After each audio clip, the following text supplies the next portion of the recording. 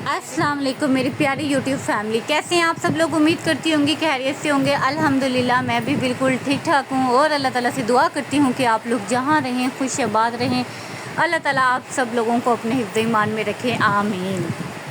तो जनाब घर पे आई हैं अम्मी और ये है मेरी फ़ाइल। मैं आपको बताती चलूँ, परसों रात जब मैंने क्लीनिंग की है, सारे कपड़े धोए हैं, 4-5 बजे मैं फ़ारिग हुई हूँ और उसी दिन ही रात को थकावट की वजह से शायद मेरी तबीयत बहुत ज़्यादा ख़राब हो गई। मैं दोबारा शावर लेने गई और मुझे बहुत ज़्यादा ठंड लगी। इतनी मुझे सर्दी लगी कि मेरा सर जो था फिर से बिल्कुल माउफ हो गया, कुछ नहीं नज़र आ रहा था, आंखें बंद हो रही थी। सामने बिल्कुल स्पेशलिस्ट था तो सिस्टर उसके पास लेकर गई हैं, तो उन्होंने बताया कि बीपी तो नॉर्मल है, ना हाई है ना लो है, शुगर भी नॉर्मल है, बस उन्होंने एचबी की कमी बताई है, उन्हें थायराइड का कोई इशू था, इस तरह की वो चीज़ें बताई। बहरहाल मैं घर पे आ गई, काफ़ी पैसे मेरे लग गए और जो है ना मैं घर पे आ गई। फिर जो है ना सिस्टर ने जल्दी से जो है ना अपने हस्बैंड को कॉल कर दी, नेबर्स वगैरह मेरे आ गए मेरी तबीयत का पता करने के लिए। थैंक यू सो मच सबका। लेकिन मेरे हस्बैंड का कॉल नहीं की क्योंकि उनका जो सफ़र था आधे पौने घंटे का था, तो इसलिए उन्हें कॉल नहीं की क्योंकि 10 बज चुके थे कि घंटे तक तो उन्होंने आ जाना है और वो एकदम से सफ़र में आएंगे तो फिर ऐसे प्रॉब्लम हो गई। तो फिर जब नेक्स्ट डे अब जब उसी रात ही अम्मी को पता चला तो अम्मी जो है वो सुबह सुबह ही पहुंच गई।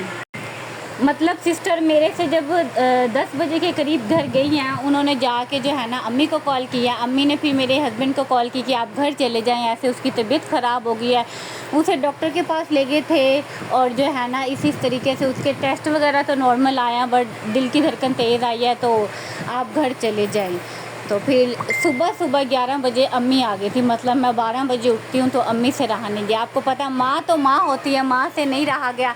माँ जो थी वो सुबह 12 बजे से भी पहले 11 बजे पहुँच गई थी क्योंकि बुखार ने इतना डिस्टर्ब किया हुआ था, सर के भारीपन ने इस हद तक डिस्टर्ब किया हुआ था कि शावर का पानी भी सर में डलता था तो एकदम से चीसें उठती थी। मेरी बेटी बोलती थी तो उससे भी मुझे चीसें उठती थी। तो मैंने अम्मी से मजाक में बात की थी कि जब हम पढ़ते थे, स्कूल होते थे, पता चलता था कि हमारी हल्की सी तबीयत ख़राब है तो फ़ौरन अम्मी तक बात जाती थी, फ़ोन जाता था तो अम्मी छुट्टी करवाने आ जाती थी। अब शादीशुदा हो गए हैं तो बुखार में ही बर्दाश्त करते रहते हैं सारा कुछ। तो अम्मी से बस रात को ये बात बर्दाश्त नहीं हुई, मेरी भी बर्दाश्त करके दर्द को, बुखार को बुरा हाल हो गया था। मेरा नाक पूरा पक गया, मेरा गला, मेरा अंदर से मुँह सारा पक गया। इस हद तक गर्मी ने ना अटैक किया मुझ पर। तो बस अम्मी आ गई थी और अम्मी आई हैं तो अब अम्मी यहाँ पे बना रही हैं बन्नू बीफ पुलाव, बन्नू मटन पुलाव। तो जैसा कि आपको पता है कि दवाइयों से ज़्यादा जो ताकत होती है वो रिश्तों में होती है, वो प्यार में होती है, मोहब्बत में होती है, खलूस में होती है। अम्मी आई, अम्मी के हाथ का नाश्ता किया। जो मैंने एक हफ्ते से सुबह की रोटी छोड़ी हुई थी, सिर्फ लस्सी का एक गिलास पी रही थी, चाय छोड़ी हुई थी, आते ही अम्मी के हाथ का जब पराठा सामने आया तो मैंने आधे से ज़्यादा माशाल्लाह पराठा खा लिया। फिर शाम को अम्मी को पता है कि मुझे अम्मी के हाथ के पुलाव, बिरयानी ये बहुत पसंद है। आप सबको पता होगा, हर एक बंदे को अपनी माँ के हाथ का टेस्ट ऐसे लगता है कि जिसमें आधी जान डाल देता है। और शादीशुदा ख़ास तौर पे लड़कियाँ बहुत मिस करती हैं अपनी माँ के हाथ के खाने। तो फिर इवन कि जब मेरे ऑपरेट तक भी होते थे ना, मेरी अम्मी तब भी कहती थी कि ये ब्रेड वगैरह नहीं खाएगी, इसको बिरयानी देंगे तो ये फुल खा लेगी पेट भर के।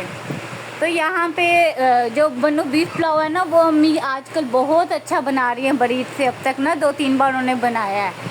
तो फिर मेरे पास बीफ तो था नहीं, मटन ही था, तो अम्मी ने यहाँ पे ना मटन वाला पुलाव बनाया था और इतना टेस्टी बना था माशाल्लाह माशाल्लाह। मैंने बहुत खाया और मेरी तबीयत भी माशाल्लाह सेट हो गई।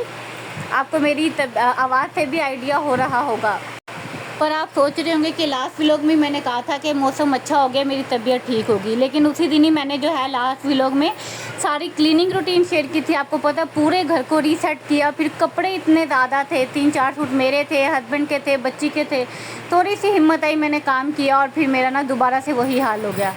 फिर बस अम्मी आई हुई हैं अब कल से और जो है ना मेरी तबीयत माशाल्लाह से सेट हो गई है। सारा काम शाम जो है अम्मी ने देखा, सुबह नाश्ता, यहाँ पे खाना पीना। यहाँ पे सिस्टर भी आई हुई थी और फिर जो है हम अक्सर ही कहते हैं कि हमारी जो तबीयत है ना वो अम्मी के चावल या अम्मी के बिरयानी मांगती है, यहाँ पे जब मम्मी ने ये बनू मटन पुलाव बनाया और बस हमें खा के जो है ना आधी से ज़्यादा तबीयत सेट हो गई थी। खैर मैं बहुत परेशान थी, परेशानी बहुत ज़्यादा थी क्योंकि बुखार जो था वो मगरिब के बाद दोबारा हो जा रहा था। 3-4 दिन से मुसलसल यही रूटीन थी, मेडिसिन खाती थी, बुखार उतरता था और रात को मगरिब के बाद या रात को 10 बजे हो जाता था। जिस दिन मैंने काम शाम किया उस दिन भी यही था, मगरिब के बाद उस दिन रात को बिल्कुल बुखार नहीं हुआ। मैंने इसलिए अगले दिन काम किया और मेरा फिर से वही हाल हो गया। अब 2 दिन से मैं बिल्कुल भी हाथ नहीं लगा रही काम शाम को और जो है ना अब खाना भी प्रॉपरली खाने लगी हूँ सुबह शाम का और अल्हम्दुलिल्लाह काफ़ी हद तक सही हो चुकी हूँ। बस यही मेरी आज की रूटीन थी जो कि मैंने आपके साथ शेयर की है। जैसे कि मेरा चैनल डेली रूटीन पे है तो आजकल मेरी जो रूटीन है वो यही है जो मैंने आपके साथ शेयर की है। कल भी तकरीबन मेरा बेड रेस्ट पे ही गुजरा है तो इसलिए मैंने व्लॉग अपलोड नहीं किया।